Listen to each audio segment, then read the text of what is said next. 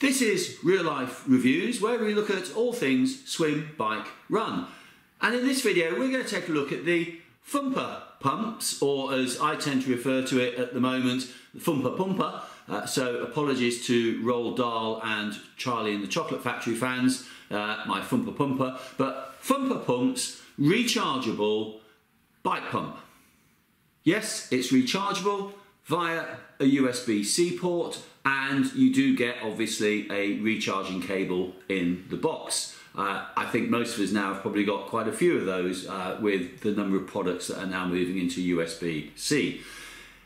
It takes about an hour to charge this from flat to full, so that's not bad actually. And if you're like me, you'll probably never let it get flat because you don't want it to get flat. So perhaps the first question that comes up related to charging is, how much can this little baby actually fill? Well, Fumpa claim up to 6 tyres. Now, I've done a little bit of practice on this, and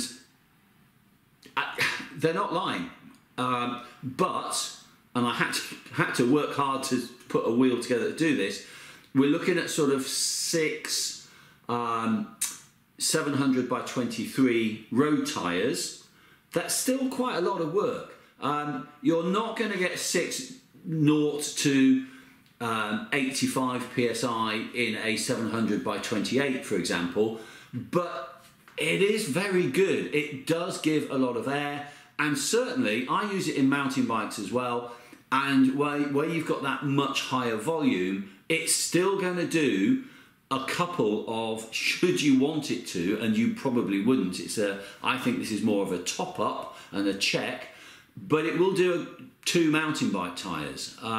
So it's actually a pretty impressive little pump, and more about size in a minute. A pretty impressive little pump that you've got in your hand here. Before we dive into size in a bit more detail, I should mention that this does fit both Schrader and Presta valves, and it's a really simple change, although I'm probably about to make it look really fiddly. All you do is unscrew the attachment here that fits between the pump and your valve, clearly, and that then has a top that unscrews. You could do this leaving the attachment on the pump, by the way, and that unscrews. Inside you can now see the little nozzle that makes this a Schrader, which is what it comes as. You simply remove that. You can do it with a pair of tweezers. If you've got small enough fingers, you can actually, I've done it, take it out with your fingers. There it is. Put it carefully to one side, back together again, and we now have a Presta setup. And all I do, obviously, is screw that back on. It's the same nozzle. And with now, there we go, which for most of us, for both our road and mountain bikes, that's going to be the way we want to use it. You can see that this is not a large pump. It's not small enough necessarily to replace a mini pump or a chuck and CO2 cartridge, although I'm about to mention some smaller versions of this. But it is a really nice handy pump to have in a toolbox, or in my case often in the back of the van, to just check tyre pressures before you go out on the trail or on the road. So sizing, well, this is 42 millimeters by 73 by 87. Okay. Fumpa claim it weighs 360 grams. Well, I don't think they're too far off. I weighed it at 364 grams, so I'm not quibbling. Looking at the pump itself then, I've already indicated the USB-C inlet. On the other side is the on-off switch on the top there, or at the top there, because on the top we have a little window, so I'll show you that in a moment, and our on-off button that we simply press. You can see, looking at the window, we can read in 3, there we go, in 3 types of pressure: PSI, pounds per square inch, kPa, kilopascals, and bar. Now when I turn this on, I'm going to say this first so you can look and see, and I'll repeat it. When I first turn this on, it will say BAT for battery. That will then switch to a number, which will be the percentage of battery that you have. After that, it will flash the lines on the level that you are currently reading, and I'm pretty sure this is set at PSI, so I'm expecting to see BAT. I'm then expecting to see 98, 99 or 100. I charged it recently and I've just done a little bit of messing around with it, and then a line across the top for PSI. So if I switch it on, there we go. Hopefully you saw that. I'm going to turn it off again. So we're looking for the BAT, 100 I think it said, I'm looking into the camera, but 100, and then the line across. There we go. If I want to change what I'm reading it in, I simply press the on-off button just quickly, just on-off. So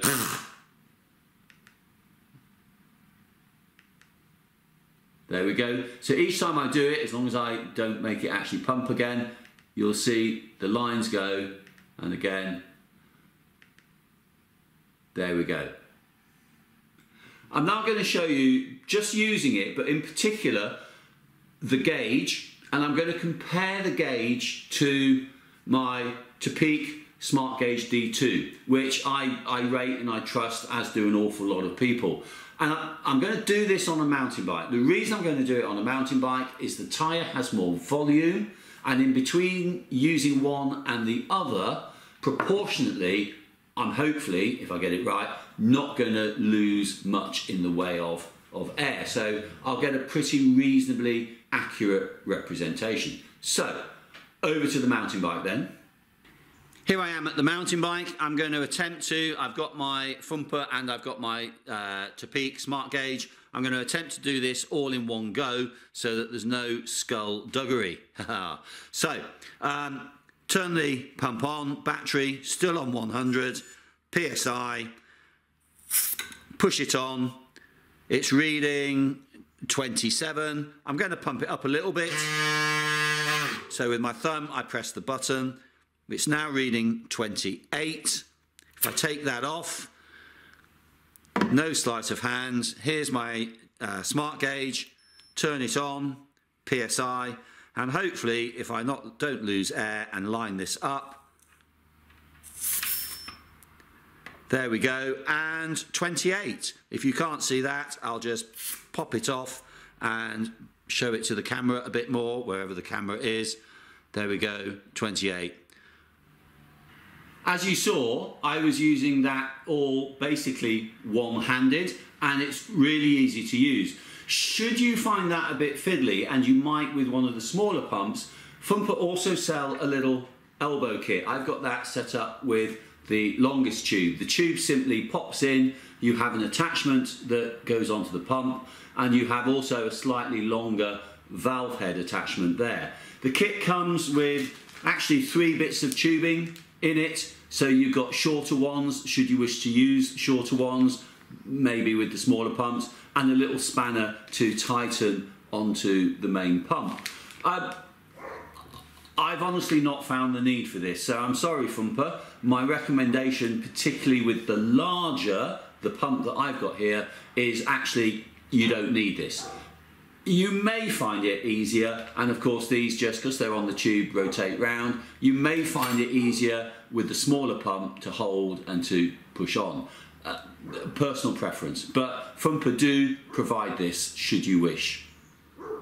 So a few stats and a few comparisons then, and I'm just going to shift slightly to the side, and hopefully I'll stick a few pictures up so that you can see and get an idea of the size comparison. So this is the Fumpa Pump. I've given you the dimensions earlier, 42 by 73 by 87 millimeters. Weight, 360 grams plus or minus.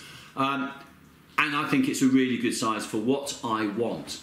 Should you wish to have something that you're going to carry around on the bike and something a bit smaller, then Fumpa do a mini, and the mini is, as you can see, proportionately a fair bit smaller.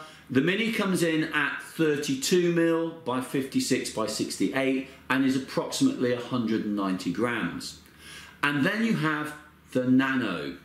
The Nano is even smaller. The Nano is 26 by 47 by 57 millimeters. Now that really is quite small and comes in at 100 grams.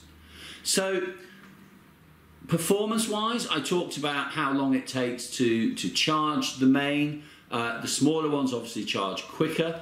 This main pump will do up to 120 psi. You're getting fairly similar and usable performance out of the others. It's right down at the smallest, the Nano, that will go up to 100 psi. So for anybody on the road, TT, you're well within your bounds, and certainly mountain biking you're going nowhere near that.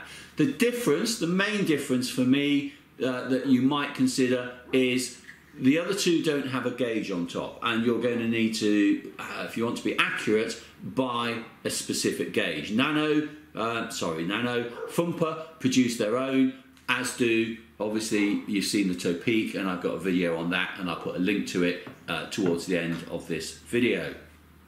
In terms of out-and-out performance, Nano claim that this will, from 0 to 100 psi, take 23 seconds on a 700 by 23 road tyre. Now, that's a little bit outdated in terms of the size of the road tyre, but I can tell you I've played around with it and tried it, and it partly depends on residual air, etc., and what you've got in.